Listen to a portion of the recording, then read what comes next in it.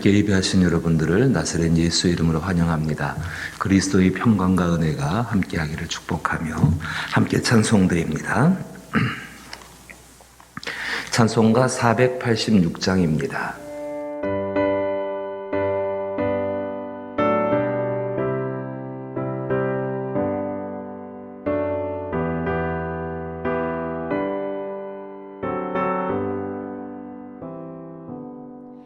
이 세상에 근심될 일이 많고 참 평안을 몰랐구나. 내 주 예수 나로라 부르시니 곧 평안히 쉬리로다. 주 예수의 구원의 은혜로다. 참 기쁘고 즐겁구나. 그 은혜를 영원히 누리겠네. 곧 평안히 쉬리로다. 이 세상에 공고한 일이 많고 참 쉬는 날 없었구나. 내 주 예수 날 사랑하시오니 곧 평안히 쉬리로다. 주 예수의 구원의 은혜로다. 참 기쁘고 즐겁구나. 그 은혜를 영원히 누리겠네. 곧 평안히 쉬리로다.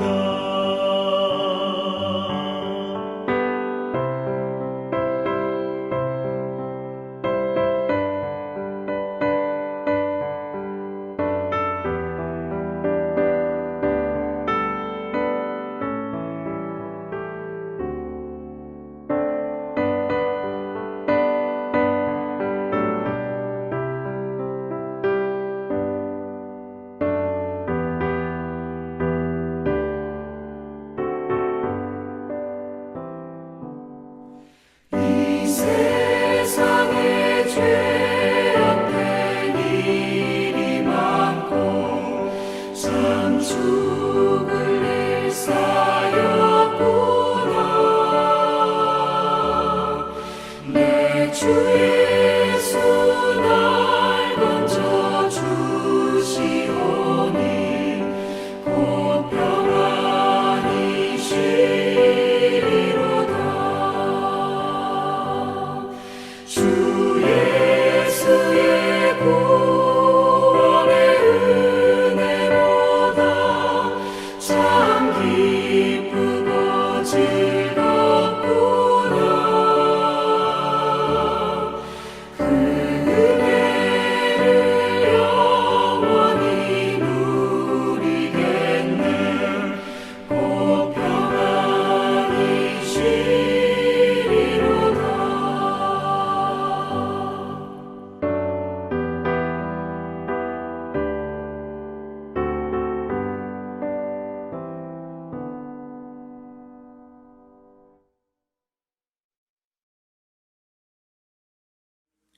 곤고한 인생을 구원하신 우리 아버지 하나님, 그 은혜 앞에 감사를 드립니다. 구원받은 그 은혜 늘 잊고 사는 사람들인데 주께서 베푸신 은혜 가운데에 다시금 깨닫게 하시고 다시금 일깨우셔서 믿게 하시니 감사드립니다.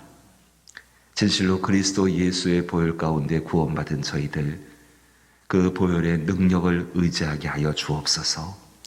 죄가 있을 때에, 곤고함이 있을 때에, 혹은 우리 가운데 하나님 싫어하시는 교만함이나 그 악한 것들이 있을 때에 그의 보혈을 의지하여서 십자가 밑에 나가게 하시고 그 안에서 베푸시는 한없는 용서와 주께서 받아주심과 안아주심을 경험할 수 있는 저희들 되게 하여 주옵소서.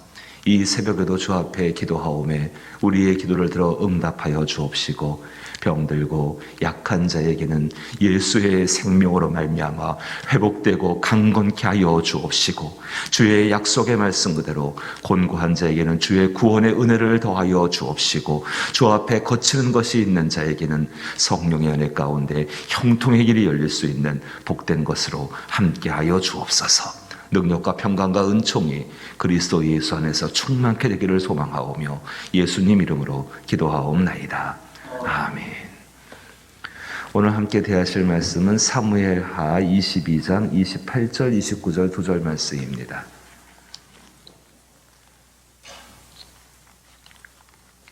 구약성경 502면에 사무엘하 22장 28절 29절 2절 말씀입니다. 같이 이 말씀을 읽어볼까요? 사무엘하 22장 28절 29절 2절입니다. 같이 읽어봅니다. 읽습니다. 주께서 곤고한 백성은 구원하시고 교만한 자를 살피사 낮추시리이다. 여호와여 주는 나의 등불이시니 여호와께서 나의 어둠을 밝히시리이다. 아멘. 이 다윗의 믿음이 어디서 만들어졌는가? 동굴에서 만들어졌습니다. 다윗이 하나님을 만난 것도 아둘람 동굴이고 그가 하나님 앞에서 사울을 용서하는 그 어마어마한 능력을 행하기 시작했던 것도 깨닫게 된 것도 동굴 안이었습니다. 동굴 안에서 이 다윗은 자기 안에 있는 하나님을 향한 믿음을 발견하게 되어지고 또 자기 안에 계시는 하나님을 만나게 되어집니다. 동굴이라는 것이 어떤 것일까요? 요즘 자연으로 만든 동굴 관광지 가게 되면 다 이렇게 빛이 있어서 잘 보이는데 실제 동굴 안에 들어가게 되면 빛이 없죠. 이 빛이 없다 보니까는 어떤 일이 생기냐면은 자기 머리 위에 뭐가 있는지 모릅니다. 그냥 조그만 동굴 한번 이렇게 관광 한번 갔을 때에도요, 그 환한 빛들이 있는데도 머리 위에 뭐가 있는지 모르는데 안전모를 쓰고 있는데 머리에 자꾸 쾅쾅 부대가지고 놀라고 당황한 적이 있었고요. 빛이 없다고 한번 생각해 보십시오. 그러면 머리 위에 뭐가 있는지 모릅니다. 자기 발 앞에 뭐가 있는지 모릅니다. 빛이 없다고 생각해 보십시오. 그 안에 자기 옆에 뭐가 있는지 또 위쪽에 뭐가 있는지 앞에 뭐가 있는지 더 무서운 것은요. 무엇이 뒤쫓아오고 있고 무엇이 다가오고 있는지 전혀 알지 못하는 것이 빛이 없는 동굴 안의 모습일 것입니다. 사랑하는 성도 여러분, 다윗이 인생의 곤고함을 깨달을 때가 있었고 다윗이 인생의 교만함 때문에 하나님 앞에 내가 멸망의 길을 가고 있는구나 라고 느낄 때가 있었습니다. 그때가 어느 때인가 빛을 잃어버렸을 때인 것입니다. 앞을 보지 못하는 때, 무엇인가 내 옆에 있는 것을 알지를 못하는 때, 위에 뭐가 있는지 아래에 뭐가 있는지 도저히 분별할 수 없는 그런 상황 가운데 놓이게 된 것. 다윗은 그때 이렇게 그 입장을 이렇게 이야기합니다. 28절에 주께서 곤고한 백성은 구원하시고 교만한 자를 살피사 낮추시리니 여호와여 주는 나의 등불이시니 여호와께서 나의 어둠을 밝히시리이다. 동굴 안에서 어두움을 경험했었고 그 어두움 가운데에서 이 어둠 속에 있을 때의 그 괴로움들을 경험한 사람이 바로 다윗이었다라는 것입니다.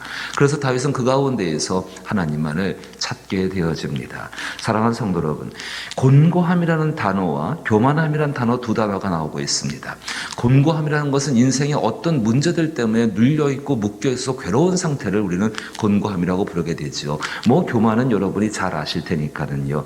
그런데 이 두 가지가 우리 영혼에 놓고 볼 때는 모두 우리를 괴롭게 하는 것입니다.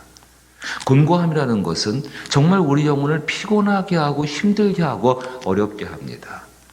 교만함이라는 것은 이미 성경에 표현하고 있는 것처럼 멸망의 앞잡이고 선봉이라고 말하는 것처럼 우리 영혼을 어두운 데로 빠지게 만들어버리게 되어지고 정말로 힘들게 만들게 됩니다. 주께서 곤고한 백성은 구원하신다라고 말했습니다.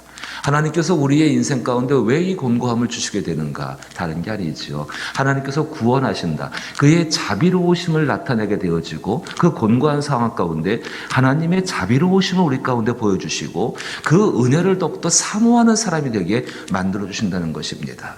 교만한 가운데에서는요, 하나님의 능력을 경험하게 하시는 것이죠. 왜요? 그가 이방인이 아니라 하나님을 떠나 있는 사람이 아니라 하나님 안에 있는 사람이기 때문에 다윗의 이야기입니다. 다윗이 죄가 많았습니다. 교만함이 없던 것이 아니었습니다. 하나님을 떠나는 사람이 떠날 때가 많았었고 정말로 그 앞에서 밧세바의 사건만 기억해 보십시오. 하나님과 전혀 관계없이 행동하고요. 자기 안에는 그 죄를 정말로 사람들이 알지 못한다고 생각하니까는 그렇게 감추면서 그것이 그냥 이렇게 넘어갈 거라 생각했던 사람이 이 다윗. 얼마든지 그 안에 교만함이 있을 수 있었습니다. 그런데 이 다윗은 그때 하나님의 능력을 경험하게 되어집니다. 그 능력을 경험함으로 말미암아 이 다윗은 하나님 앞에 겸손하게 되는 것이죠. 우리의 인생이 그렇지 않습니까? 곤고함과 교만함이 항상 우리 가운데 있습니다. 곤고함이나 교만함이나 사실상 우리 자신들을 괴롭게 하는 것이고 사실상 우리의 힘으로서는 스스로 해결할 수 없는 것들이 바로 그런 것들이시죠. 그리스도 예수가 우리 가운데 왜 귀한가? 나는 빛이요, 나는 길이요, 나는 진리라고 말씀하신 그 예수가 왜 그렇게 귀한가? 그 곤고함과 교만함 뒤에 있는 어떤 원인들이 있습니다. 그냥 단순히 곤고함만 나타나는 것은 아닙니다. 사람은 영적인 동물입니다. 그 영적인 존재이기 때문에 그 뒤에 단순히 표면적으로 보이는 어떤 것들만 있는 것이 아니라 그 안에 깊숙한 곳에 마치 가시나무가 위에 올라와 있는데 그 안에 깊이 들어가게 되면 뿌리가 있는 것처럼 그 뿌리에 대한 것을 우리는 알지를 못하는 사람입니다. 그런데 그리스도 예수께만 나가기만 하면은 주께 나가서 구원을 청하고 주께 나가서 자비를 청하고 여기 나온 말씀 그대로 주의 은혜를 구하게 되면은 하나님께서 바로 그 가운데 뿌리를 드러내시고 그 뿌리를 치료하시며 원인을 근본적으로 해결하여서 마라와 같은 쓴물을 갖고 있는 사람들에게는 단물로 바꾸어 주시고 우리의 곤고한 가운데는 주께서 그를 구원하셔서 복된 것으로 바꿔 주신다는 것입니다. 이 역사가 하나님께서 계속해서 우리 가운데 행하셔서 우리의 인생을 하나님 앞에 온전하게 만들어가는 과정 중에 한 가지인 것을 믿을 수 있기를 축복합니다. 정말로 우리의 인생 가운데 곤고함들, 교만함들 없을 수가 없을 겁니다. 하지만 조금씩 나아가면서 그의 말씀과 그의 기도 가운데 변화되어지는 것이죠. 저는 여러분들께 한 가지 권해보고 싶은 것이 있습니다. 오늘 낮에 다니엘 4장하고 다니엘 5장을 한번 읽어보십시오. 다니엘 4장과 다니엘 5장 가운데는 바벨론이라는 역사상 세계사 가운데 가장 강력한 제국, 그 강력한 제국에 가장 강력한 왕이 등장합니다. 느부갓네살 왕이라는 사람 한 사람하고 그의 아들 벨사살이라는 왕이 등장을 하게 됩니다. 느부갓네살 왕이 어떤 사람이었는가? 자기의 형상을 만들어서 사람들에게 절을 하라. 그러지 않으면 다 죽이겠다. 다니엘이 사자굴에 다니엘과 다니엘의 그 친구들이 고통받는 장면도 그 가운데 등장을 하게 되어지지요. 그런데 이 느부갓네살이 하루아침에 짐승의 모습처럼 되어져 버리게 되어집니다. 제가 잠깐만 한번 찾아서 그 부분만 읽어보게 되면은 얼마나 하나님께서 이 느부갓네살을 아끼고 당신의 도구로 택함 받았으니까 아끼고 귀했는지 그가 짐승의 모습처럼 되어져 버립니다. 자, 다니엘 4장 32절 보니까는 하나님이 이렇게 말씀하십니다. 내가 사람에게서 쫓겨나 들짐승과 함께 살면서 소처럼 풀을 먹을 것이요 이와 같이 7대를 지내서 지극히 높으신 이가 사람의 나라를 다스리시며 자기의 뜻대로 그것을 누구에게 주시는 줄 알기까지 이르리라 하더라. 바로 그때에 이 일이 나 느부갓네살에게 임함으로 내가 사람에게 쫓겨나서 소처럼 풀을 먹으며 몸이 하늘 이슬에 젖고 머리털이 독수리 털과 같이 자랐고 손톱은 새 발톱과 같이 되었더라. 하나님께 택함 받은 사람이 여기서 끝난다고 한다면 하나님은 정말로 이상하신 분이시지요.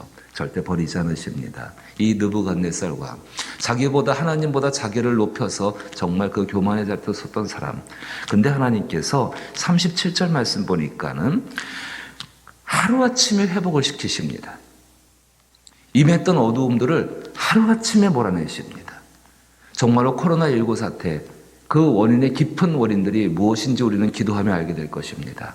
그 원인들이 분명히 있습니다. 그 원인을 제거하신 하나님이 하루아침에 그것을 없앨 줄로 압니다. 37절 말씀 보니까 그러므로 지금 나 느부갓네살은 하늘의 왕을 찬양하며 바뀐 거죠. 칭송하며 경배하노니 그의 일이 다 진실하고 그의 행하심이 의로우심으로 교만하게 행하는 자를 그가 능히 낮추심이라. 들에 있는 짐승처럼 됐던 느부갓네살이 하나님의 은혜 가운데에 하루아침에 어두움이 사라지게 되고 마치 해가 뜨면은 어두움이 사라지는 것처럼 그렇게 바뀌게 되어집니다. 우리의 인생 가운데 있는 공고함과 교만함, 우리는 그 모든 것들도 이 은혜가 있을 줄로 믿습니다. 따라서 그리스도 예수의 은혜 가운데 바라보는 것이 필요합니다. 그런데 그의 아들 벨사살, 하나님께서 아예 손가락으로 나타나셔가지고요, 손으로다가 글자를 써주십니다. 연회를 막 베풀고 잔치를 하고 있는데 벽에 손가락이 나타나서 벽에다 글자를 쓰게 됩니다. 그 글자가 어떤 글자인가? 메네메네 데겔 우바르신이라고 쓰게 되어집니다. 달아보니까는 함량에서 미달되었다. 벨사살도 깨달아야 했었어요. 근데 깨닫지를 못합니다. 시편 49편 말씀 그대로 깨닫지 못해서 멸망당하는 짐승처럼 그 강력한 나라 바벨론이 단 하루아침에 하룻밤 만에 망해버리게 되어집니다. 30절 말씀 보게 되니까는 그날 밤에 갈대아 왕 벨사살이 죽임을 당하였고 메대 사람 다리오가 나라를 얻었는데 그때의 다리오는 60세이었더라. 바벨론에서 페르시아로 바뀌어버리는 역사의 전환점이 만들어지게 된 거지요. 다윗은 전쟁의 사람이었습니다. 전쟁터에 있다는 것은 언제나 곤고함과 그 전쟁의 조그만 승리만 가지고도 교만해질 수 있는 것이 전쟁터의 현실적인 삶의 모습일 것입니다. 우리 세상 살아갈 때도 우리도 전쟁터에서 살고 있습니다. 영적인 전쟁터요. 그리고 또 삶의 전쟁터 가운데 살아가고 있습니다. 그 가운데 얼마든지 병을 비롯해서 정말 원치 않은 일들로 인하여서 수많은 곤고한 현상들이 찾아올 수 있고 또 그 가운데에서 얼마든지 우리 자신들은 교만해질 수가 있습니다. 그때 말씀과 기도 가운데로 돌아가십시오. 다윗이 동굴 안에서 얻은 유일한 한 가지 신앙의 원리, 원칙, 그것은 자기의 뜻을 하나님의 뜻 앞에 복종시키기 위해서 하나님 앞에 오랜 시간 머물러 있으면서 하나님의 뜻을 말씀 가운데 찾고 구했다는 것이 다윗의 신앙의 모습 아니었습니까? 우리도 그와 같이 되기를 원합니다. 그리할 때 반드시 29절 말씀 그대로 여호와여 주는 나의 등불이시니 원래 그분은 등불이십니다. 여호와께서 나의 어둠을 밝히시리이다. 어둠 속에서 길을 발견케 하시고 어둠 속에서 전진하게 하시며 어둠 속에서 하나님의 능력으로 말미암아 근원적인 치료를 받을 수 있는 역사가 일어날 줄로 믿습니다. 하나님께서 그 일을 행하실 때에 저와 여러분이 쓰임받고 그래서 그 근원적인 치료가 나 자신과 우리의 가정과 교회와 이 땅과 이 나라에 임할 수 있기를 주의 이름으로 축복합니다. 주기도문으로 예배 마칩니다. 하늘에 계신 우리 아버지여, 이름이 거룩히 여김을 받으시오며 나라의 임하옵시며 뜻이 하늘에서 이룬 것 같이 땅에서도 이루어지이다. 오늘날 우리에게 일용할 양식을 주옵시고 우리가 우리에게 죄 지은 자를 사하여 준 것 같이 우리 죄를 사하여 주옵시고 우리를 시험에 들게 하지 마옵시고 다만 악에서 구하옵소서. 대개 나라와 권세와 영광이 아버지께 영원히 있사옵나이다. 아멘. 곤고함과 교만함이 있을 때에 하나님 앞에 기도해야 될 제목은 주여 근본적인 원인을 발견하게 하여 주옵소서. 그 근본적인 원인을 두 번째입니다. 주께서 치료하시고 회복시켜 주옵소서. 이것이 우리의 기도의 제목이 되기를 부탁합니다. 근본적인 원인들을 발견하게 하여 주옵소서. 영적인 원인들을 발견케 하시고 그 문제를 그리스도 예수의 보혈로 주님의 능력으로 치료하시고 새롭게 하여 주옵소서. 그 은총 가운데만이 우리는 새로워질 수 있습니다. 코로나19로 인한 이 땅의 여러 가지 일들, 이전부터 있었던 여러 가지 일들이 있었지요. 그리스도인들 그 깊은 속에 있는 어둠 속에서 발견해낼 수 있는 사람들입니다. 위하여서 기도하길 부탁드리고, 또 특별히 병들고 약한 분들, 또 나라와 또 이 땅을 위해서, 교회를 위해서, 선교지와 전도의 현장을 위해서 특별히 주의 은혜 가운데 주의 위로가 필요한 분들에게 임재하셔서 위로하여 주옵소서. 특별히 작정하여 기도하는 분들에게 하나님 힘을 더하여 달라고 기도하시게 되기를 원합니다. 함께 기도합니다.